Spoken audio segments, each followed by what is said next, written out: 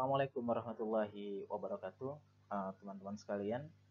Selamat datang di channel YouTube saya. Ini adalah video pertama saya di channel ini. Saya Aulia Ridwan dan saya membuat channel YouTube AI Sosial ini untuk pemanfaatan AI yang etis untuk penelitian sosial. Jadi channel YouTube ini sebenarnya diilhami oleh diskusi-diskusi dengan teman-teman yang apa namanya di kalangan peneliti-peneliti ilmu sosial dan juga akademisi di ilmu sosial tentang maraknya penggunaan artificial intelligence dan kami ingin mempromosikan bagaimana penggunaan artificial intelligence ini dapat berlangsung secara etis ke depannya begitu, karena memang perkembangan artificial intelligence itu tidak bisa dipungkiri keberadaannya seperti itu. Nah, di kesempatan kali ini kita akan berbicara tentang implementasi penggunaan artificial intelligence secara etis di lingkungan akademis seperti itu. Baik, sebelum kita diskusi di sini, um, sebelumnya saya tidak punya latar belakang pendidikan ya di bidang teknologi informasi, sama sekali tidak gitu. Jadi latar belakang pendidikan saya itu ilmu-ilmu sosial, sosiologi, antropologi, ilmu pendidikan, itu latar belakang pendidikan saya. Jadi presentasi kali ini akan dibawakan dalam perspektif saya sebagai seorang yang bergelut di ilmu-ilmu sosial seperti itu.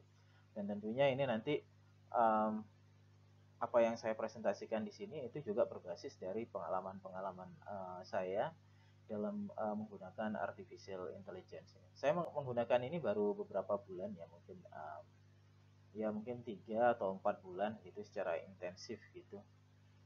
Jadi presentasi ini ya kurang lebihnya adalah refleksi saya dalam penggunaan artificial intelligence selama beberapa bulan terakhir. Baik, kita masuk ke pembahasan di sini. Kita berbahas tentang transparansi dalam penggunaan artificial intelligence di sini. Nah, kenapa transparansi dalam penggunaan artificial intelligence ini penting? Ya, sekali lagi ini sudah tidak bisa dipungkiri lagi. Dan di beberapa jurnal internasional gitu ya yang pernah saya temui, memang sekarang sudah mulai begitu muncul eh, pernyataan-pernyataan begitu ya dari penulis yang melibatkan artificial intelligence itu dalam proses-proses penelitian atau dalam proses penulisan karya akademiknya seperti itu. Nah, di sini uh, peneliti itu menambahkan gitu bagian yang menjelaskan bagaimana artificial itu digunakan. Misalnya artificial intelligence digunakan untuk analisis data seperti itu, atau ChatGPT digunakan untuk merumuskan kerangka awal tulisan seperti itu. Itu menjadi sebuah hal yang mulai naik begitu ya, bukan naik sih. Ini masih baru saja, tapi mulai muncul tren ini seperti itu. Jadi penggunaan artificial intelligence saya kira kedepannya akan semakin banyak aturan-aturan yang kemudian mengharuskan peneliti atau penulis untuk memberikan apa ya pernyataan transparansi dalam penggunaan artificial intelligence itu. Nah, oleh karena itu bagaimana sih kita menggunakan artificial intelligence dalam penelitian? Ya kita perlu membuat logbook lah dalam penggunaan artificial intelligence itu, dan bagaimana kita menggunakan artificial intelligence itu di mana gitu. Misalnya kita menggunakan artificial intelligence pada tahap analisis data pada tanggal sekian gitu, atau artificial intelligence digunakan pada tahap penyusunan literatur misalnya seperti itu. Nah, tetapi memang penggunaan artificial intelligence ini secara etis ya menurut saya, dan beberapa aturan-aturan di kampus-kampus di luar negeri yang pernah saya baca di websitenya itu memang artificial intelligence ini seharusnya tidak menggantikan posisi manusia seperti itu. Nah, jadi bahkan ada kampus yang mempersilahkan menggunakan artificial intelligence gitu sebagai apa ya, sebagai teman ya bagi mahasiswa untuk uh, mencari sumber-sumber informasi, tetapi tidak pada wilayah analisa seperti itu. Nah, ini semuanya nanti akan bergantung pada kebijakan institusi masing-masing seperti itu. Nah, oleh karena itu dalam penggunaan artificial intelligence di sini kita perlu meninjau seperti itu. Tentunya kebijakan di kampus atau mungkin kesepakatan di antara para peneliti, kita perlu punya uh, apa namanya, perlu punya manual begitu. Bagaimana artificial intelligence itu digunakan, kemudian setelah itu digunakan, hasilnya itu juga perlu uh, dicek lagi oleh manusia begitu. Karena memang fungsi artificial intelligence ini secara etis memang tidak bisa untuk menggantikan, tidak boleh gitu menggantikan posisi manusia begitu sebagai brainware gitu. Nah, oleh karena itu draft-draft penelitian atau draft-draft laporan penelitian yang diproses dengan campur tangan intelijen sebenarnya tidak bisa kita lalu apa ya, tidak bisa kita lalu melaporkannya begitu saja begitu, karena itu banyak logika mesin gitu dengan algoritma yang kompleks yang mungkin di situ uh, bisa terjadi bias gitu. Dan bias itu tentunya uh, mungkin tidak sama begitu dengan alam pikiran dari peneliti yang masuk ke wilayah penelitian itu. Oleh karena itu di sini setiap dalam satu tim peneliti itu perlu melihat kembali gitu. Apabila produk penelitian itu dikerjakan dengan artificial intelligence, apakah hasilnya di situ sudah disetujui oleh semua penulis. Disinilah peran keterlibatan manusia untuk memverifikasi uh, produk-produk yang di situ ada produk-produk akademis yang di situ ada intervensi dari artificial intelligence seperti itu. Nah, saya kira ini juga perlu ya pendidikan dan pelatihan. Uh, jadi kalau saya lihat artificial intelligence dalam perkembangannya saat ini itu kan bisa dengan mudah diberikan diakses oleh mahasiswa, oleh setiap orang. Um, itu layaknya seperti apa ya? Seperti kendaraan. Anggaplah seperti sepeda motor atau sebagai mobil gitu. Di mana orang yang mengendarai kendaraan itu hanya bisa mengendarai, gitu. Tetapi belum tentu mengerti peraturan-peraturan lalu lintas seperti itu. Oleh karena itu, kedewasaan dalam mengendarai kendaraan tadi itu juga diperlukan. Jauh itu lebih penting gitu. Sebelum orang itu belajar menyetir, ya.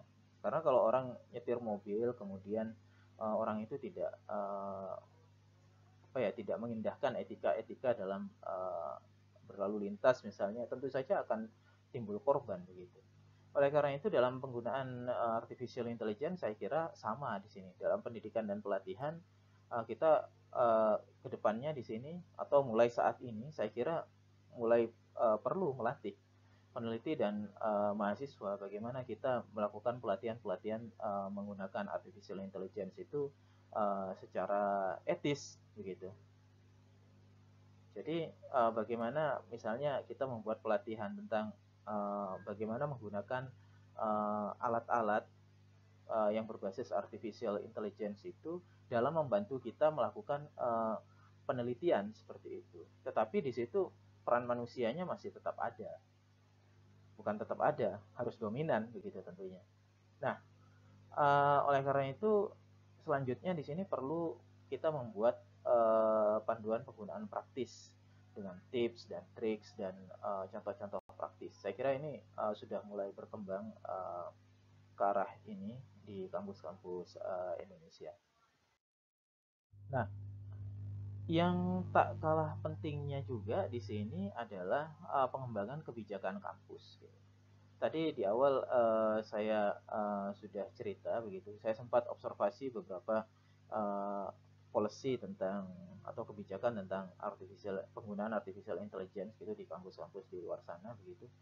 Jadi ada kampus yang membolehkan penggunaan artificial intelligence itu untuk pencarian informasi begitu. Tapi artificial intelligence tidak boleh menggantikan peran manusia dalam apa namanya dalam melakukan analisa-analisa seperti itu. Dan itu mungkin akan berbeda antara satu kampus dengan kampus lain dalam hal kebijakannya seperti itu. Nah, di sini kita perlu juga ada deteksi dan pengawasan ya. Bagaimana kita menggunakan alat untuk mendeteksi penggunaan artificial intelligence gitu. Saya ini cerita, saya pernah melakukan apa ya eksperimen begitu. Jadi saya menulis sebuah artikel gitu. Tentu saja karena saya bukan native speaker, kemudian saya uh, ya mungkin bahasa Inggris, maksudnya bukan native speaker dalam bahasa Inggris ya. Uh, jadi saya ingin menulis artikel dalam bahasa Inggris, ya saya tulis saja begitu. Nah setelah saya tulis itu untuk merapikan grammarnya gitu, kemudian untuk apa ya menata flow-nya atau arus informasinya itu, saya di situ menggunakan ChatGPT gitu. Nah hasil dari ChatGPT itu kemudian saya cek di zerogpt.com, itu hasilnya human written begitu. Karena memang di situ adalah logika saya begitu. Itu adalah bahasa saya, logika saya, adapun peran dari artificial intelligence di dalam kasus ini adalah ChatGPT, itu adalah untuk memberikan sentuhan ya. Memperbaiki tata bahasa begitu. Dia tidak mencampuri logika-logika yang lain di situ. Dia tidak mencampuri dengan logika yang lain. Dan setelah saya cek di Zero GPT itu dalam kasus saya uh, itu dikenali sebagai human written. Nah, itu kemudian saya melakukan eksperimen itu beberapa kali. Gitu. Kemudian saya juga melakukan eksperimen, misalnya membuat uh, memberikan perintah atau prompt kepada ChatGPT untuk buatkan sebuah paragraf tentang apa introductory paragraf misalnya tentang isu A begitu. Dia buat kan. Setelah dia buat, kemudian saya masukkan ke apa ke zerogpt.com, itu hasilnya di situ semuanya suspected ya, suspected bahwa itu adalah AI generated gitu. Nah, jadi software-software untuk yang mendeteksi itu sebenarnya tidak menjustifikasi juga bahwa itu adalah produk apa namanya produk dari artificial intelligence, tapi dia memberikan warning gitu ya kepada kita bahwa itu suspected atau highly suspected begitu atau apalah bahasanya begitu. Nah, karena memang misal kita kan ada gitu ya dalam kasus-kasus tertentu orang yang menulis itu misalnya sangat rapi, sangat apa ya, bukan sangat rapi sih gitu. Misalnya dia menulis di awal itu dia mulai dengan topic sentence gitu. Setelah topic sentence kemudian dia lanjut ke supporting point, jadi poin-poin pendukung dari kalimat pokok itu apa gitu. Kemudian setelah supporting point dia kasih contoh. Nah begitu terus gitu, supporting point contoh, supporting point contoh, di belakangnya itu conclusion gitu. Nah itu ada kalanya tulisan yang terstruktur semacam itu dianggap sebagai buatan mesin begitu. Iya, ada kalanya itu terjadi begitu. Oleh karena itu software-software seperti Zero GPT itu hanya memberikan apa ya dugaan, saya kira begitu. Nah, apalagi yang kita perlukan di sini? untuk penggunaan AI secara etis, kita perlu kolaborasi dan diskusi ini teman-teman. Kita perlu berkumpul ya dengan forum atau kelompok kerja yang menggunakan artificial intelligence itu. Kita perlu berdiskusi tentang tantangan artificial intelligence di kampus gitu. Misalnya apakah sudah marak saat ini mahasiswa menggunakan mengerjakan makalah misalnya menggunakan bantuan AI di mana mahasiswa tidak terlibat sama sekali dalam proses analisanya misalnya gitu. Nah, lalu bagaimana kita melakukan best practice untuk untuk bekerja dengan artificial intelligence. Saya kira diskusi-diskusi seperti ini itu sangat diperlukan. Nah, yang terakhir di sini ya yang saya sampaikan tadi di awal ya, kita perlu publikasi dan di sini ada kredensial juga gitu. Kita perlu dengan transparan di sini mencantumkan peran artificial intelligence ini dalam publikasi karya seperti itu. Dan ini sudah mulai begitu. Trennya mulai ada, saya kira kedepannya akan semakin naik gitu trennya. Di mana peran artificial intelligence itu dalam publikasi karya kita gitu. Misalnya di bagian metodologi begitu, uh, apakah itu menggunakan artificial intelligence atau tidak gitu, atau di bagian-bagian yang lain di mana artificial intelligence itu berkontribusi dan sejauh mana kontribusinya. Nah, saya kira itu perlu disampaikan seperti itu. Kedepannya saya kira diskusi-diskusi semacam ini tentang penggunaan artificial intelligence itu secara etis itu akan semakin meningkat. Dan saya membuat disclaimer di sini bahwa apa yang saya sampaikan di sini adalah uh, refleksi saya dalam menggunakan artificial intelligence. Ini tentu saja bukan sebuah kode etik begitu. Ini akan terus berkembang begitu, akan terus berkembang bagaimana standar etiknya. Saya kira antara satu institusi dengan institusi yang lain itu akan terus memikirkan ini dan mengembangkan etika-etika penggunaan artificial intelligence dalam dunia pendidikan tinggi utamanya.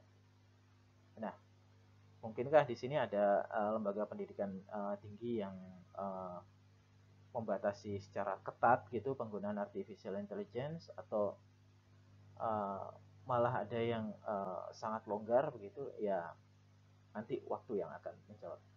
Sekian paparan dari saya tentang diskusi kali ini tentang penggunaan artificial intelligence secara etis gitu. Silahkan bila ada yang ingin didiskusikan bisa tulis di kolom komentar. Sekian dari saya. Kita ketemu di video-video berikutnya. Assalamualaikum warahmatullahi wabarakatuh.